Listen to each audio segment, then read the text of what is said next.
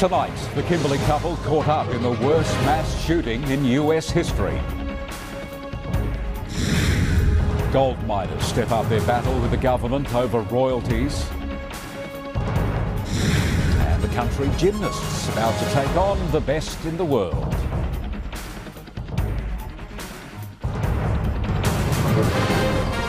Live across Western Australia, GWN7 News with Noel Brunning.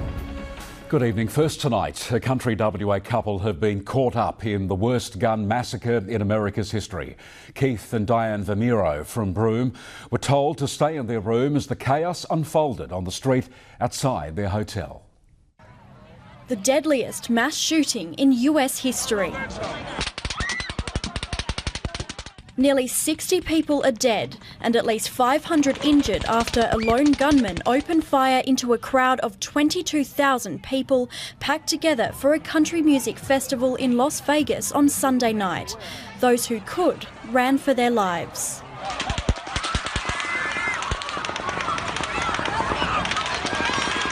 We hear the last lot of shots last night, but I thought it was just fireworks going off. And within 5 minutes there was police cars, ambulances, everything going up and down the road all over the place. So Broome couple Keith and Diane Vamiro were in the hotel next door to where the shooting happened. They said the gunshots sounded like fireworks, but quickly realised what was going on when their hotel went into lockdown. Said to everybody to stay in your room. It's a lockdown, and there was a gunman in the area, so we didn't know whether the gunman was actually in our hotel or the one next door, which are both adjoined together. So it was a bit frightening. 24 hours on and the death toll continues to rise. Police say the shooter was 64-year-old local Stephen Paddock, who was found dead in his hotel room. They found at least 23 firearms in the 32nd floor room. The Broome couple say now there's a very sombre feeling in Las Vegas and the police presence is still heavy on the streets. Started setting up memorials up and down the street with candles and things like that.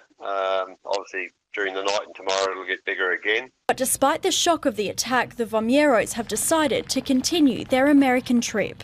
You shouldn't let it stop your holiday or the feeling for the place. It's very nice over here. People are very friendly. Kate Ryan, GWN7 News. The state government's gold royalties hike has been labelled a kick in the teeth for country towns, with the Chamber of Minerals and Energy saying it'll cost thousands of jobs and shut down mines. The State Treasurer says that's not true. Mining companies say the future of the WA gold industry isn't looking so golden, and today they stepped up their war against the state government's royalties hike.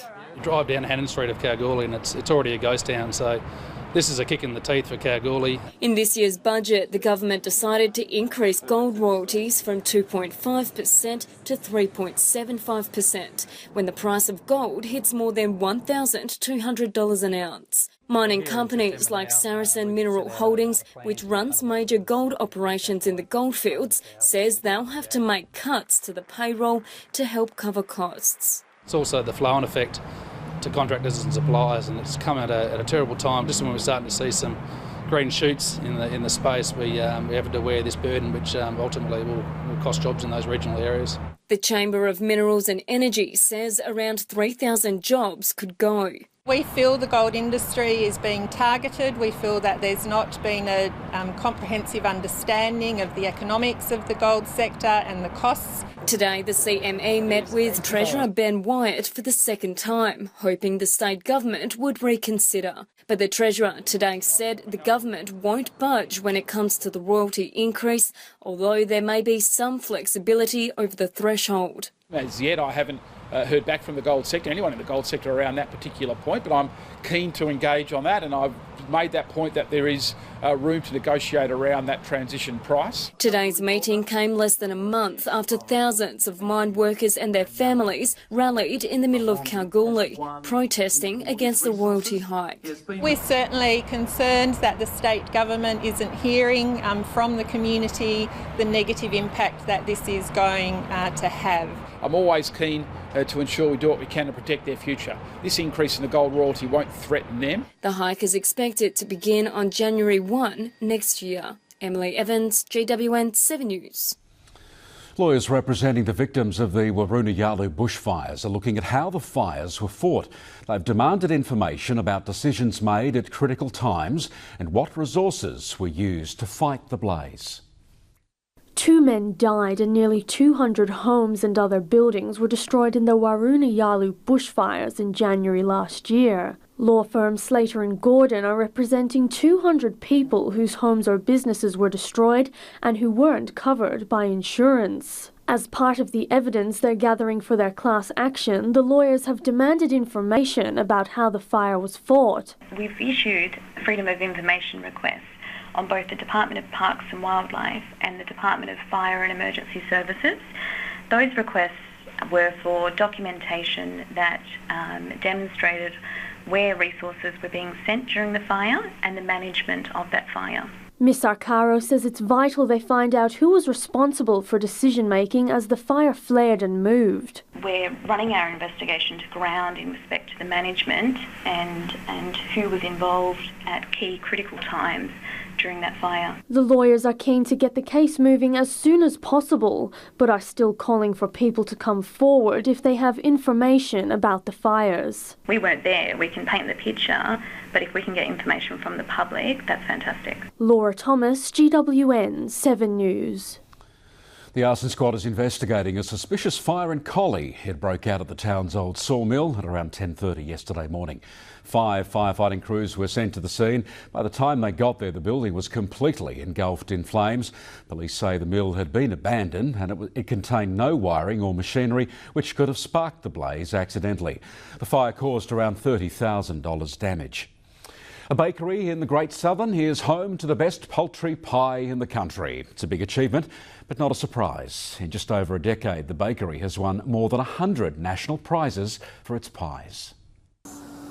The smell of success. These Thai chicken pies are the best poultry pies in the country, and their home is a famous Mount Barker country bakery. We've been open just over 10 years and we've probably won at least 100 awards, all national awards. The mastermind behind the pies is Michael Dumbrell, who has been a pastry chef for 27 years. When he moved to Mount Barker and met his wife Christine, there was no bakery here. And then we decided to open a little bakery, and our little bakery turned into a monster. Huge monster.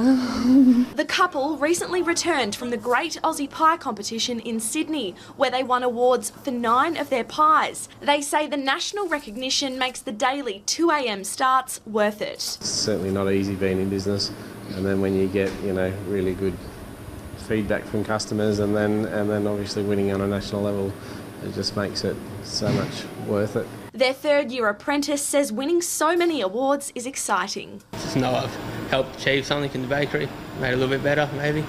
So yeah, it's good. Stephanie Garnett, GWN7 News. Well done. A whale and her calf have been caught on camera frolicking off the southwest coast.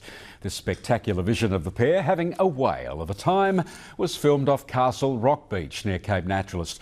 Drone operator Danny Glover had been filming boats in the area at the time when he saw the whale and her very energetic calf. The whales are on their southern migration to cooler waters for the summer. Now for a look at today's weather, here's Simone Kerr. Thanks, Noel. Before we take a look at today's weather, check out last night's sunset over the southwest. A spectacular display caught on camera by Jeannie Stoichev in Manjimup. Now on to today's weather. There were some scattered showers southwest as a weakening cold front brushed past the region, but they were only light. A trough sitting across the Gascoyne brought some thunderstorms to central inland parts, and there was some stormy activity in the Kimberley thanks to a low pressure system.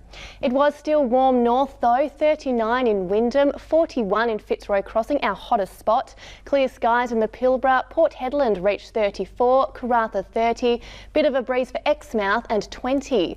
Cloud cover over Carnarvon today, 25 the top, Shark Bay reached 26, while further into the goldfields, Kalgoorlie dipped down to 12 overnight before warming up to 26 during the day.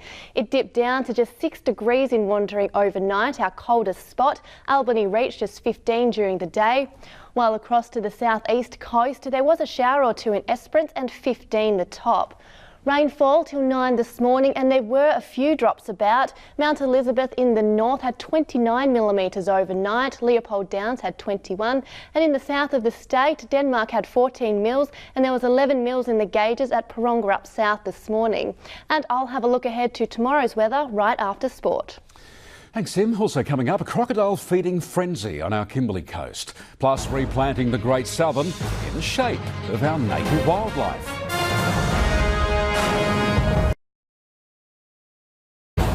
Stay in touch 24/7 with GWN7 News. A gigantic whale carcass has caused a feeding frenzy for saltwater crocodiles on our Kimberley coast. The whale was spotted by KAS helicopters off Montgomery Reef last week. These crocs, some 3.5 metres long, look like lizards next to the humpback. As many as 14 crocs were counted, making the most of what was surely a spectacular meal for them. Experts say the whale most likely died of natural causes in the ocean and washed up on shore. Broome locals and visitors are now celebrating after part of the town's refurbished jetty was open to the public again. It was closed for repairs in May last year, but now the first 150 metres have been reopened. It's one of Broome's biggest tourist attractions, and anglers were soon back in place. My wife caught the first fish on the bridge, but unfortunately it was too small and she had to throw it back. The balance of the 480 metres will be over 2 financial years. The National Model Aeroplane Aerobatics Championships have been held in Wagen. Over 500 spectators came to watch 30 pilots compete, operating their remote-controlled model aeroplanes from the ground. One competitor came all the way from Japan. The event raised over $1,000 for the Royal Flying Doctor Service. A group of Noongar elders in our Great Southern have come up with a grand vision. They are replanting huge areas of native bush in the shape of giant animals.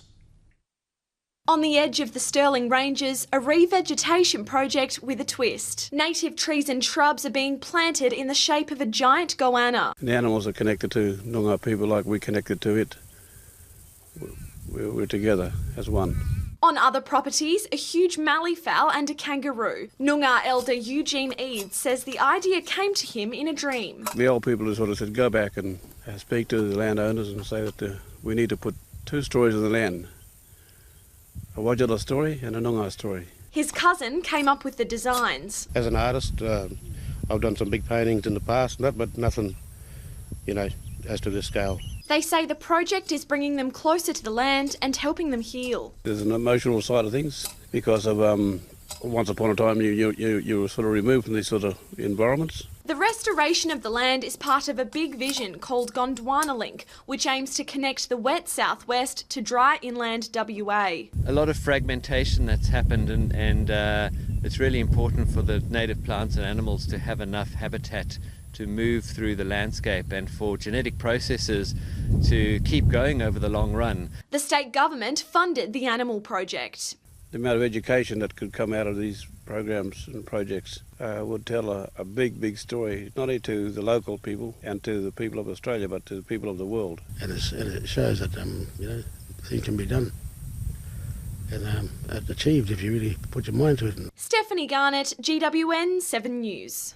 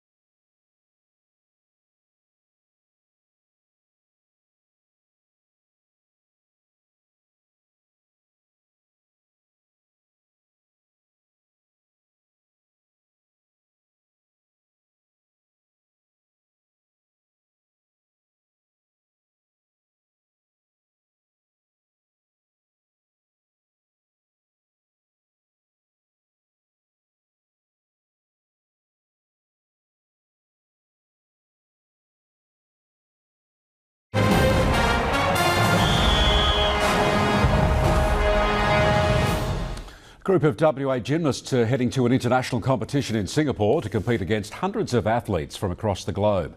They've been training hard for 6 months, bending over backwards to get there. These 9 young gymnasts are so excited to be heading to an international competition, they're literally flipping out.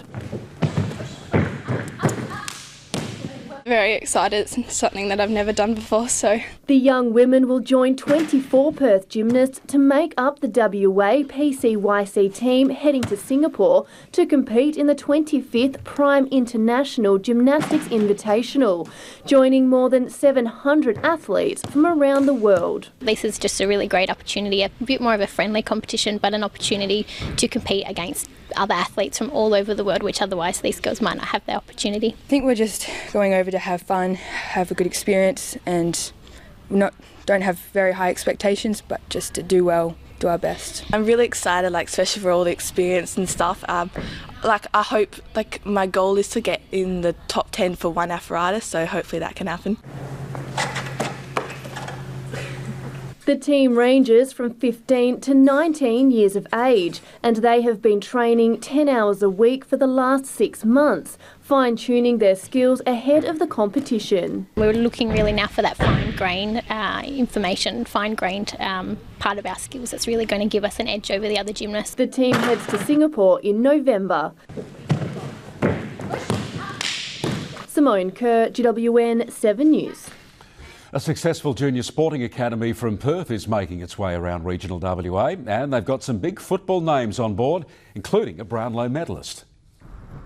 This football camp in Albany is trying to teach kids about life through sport. Just trying to teach them the right sort of values that they can take into their life and be successful in their life. So making sure that they do the little things well, that they prepare, that they listen. Luke Cunningham founded the academy 18 months ago. He'd been a phys ed teacher for 5 years, but felt he could make more of a difference to kids through starting his own program. And he's had great feedback from the kids. A lot of them are saying that they're going back to their club level and going to a whole new ability level and dominating at their club, which makes us really happy. The academy runs throughout the school term in Perth, but tours regional WA in the school holidays. Last week they were in Dunsborough and Australind. Today they wrapped up in Albany, and on Thursday and Friday they'll be in Esperance. Geraldton boy and AFL star Shane Woden has been involved for around 8 months. I love working with talented or any kids really, and just empowering some positivity, encouragement within their game.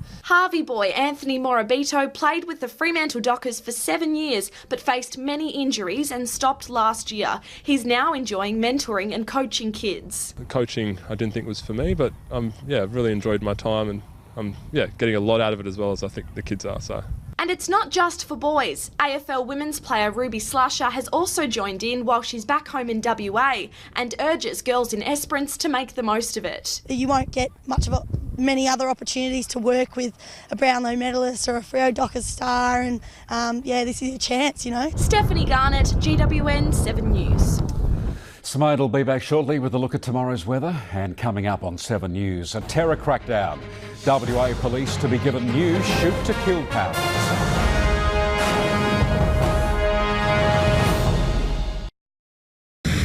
Now, Fuelwatch, keeping you informed on where to find the cheapest fuel prices where you live across WA. For a larger list of towns, check the Fuelwatch website online or phone 1300 304 054.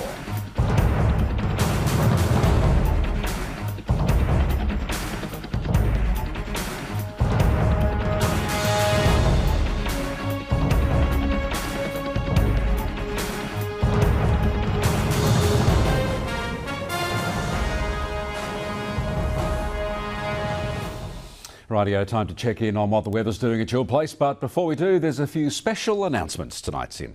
There certainly are, Noel. There's a very big happy birthday to Joyce Martin of Esperance, 92 years young today. And congratulations to Faye and Tony Jenkins of Albany. They're celebrating 64 years of wedded bliss. Well done to all of you.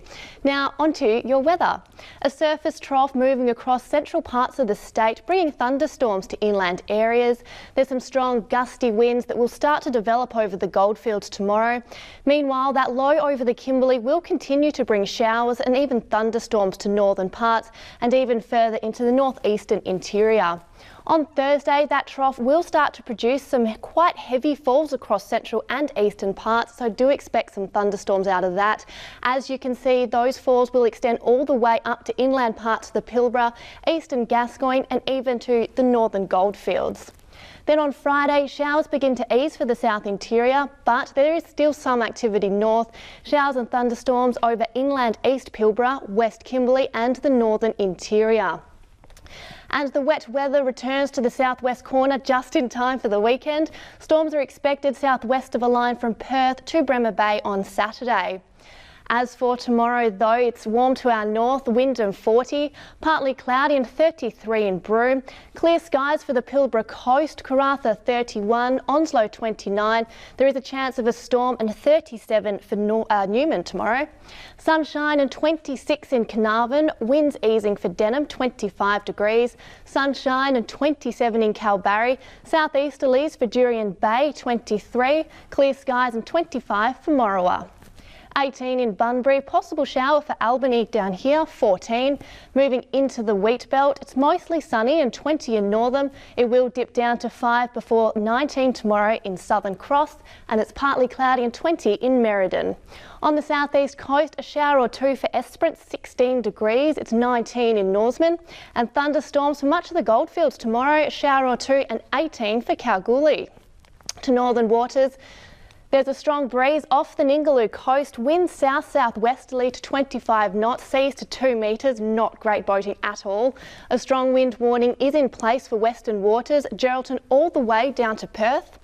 And winds southeasterly to 30 knots. And there's a strong wind warning for our southern waters also. Expect southerly winds to 30 knots off the Eucla coast, seas to 2.5 metres. Around the nation now, chance of a shower for Adelaide and 28, it's 33 in Alice Springs, while back in the west it's 20 for Perth. Good night. Thanks, Tim. That's GWN7 News for this Tuesday. Updates, both news and weather later tonight. 7 News is next. From us, good night, Western Australia.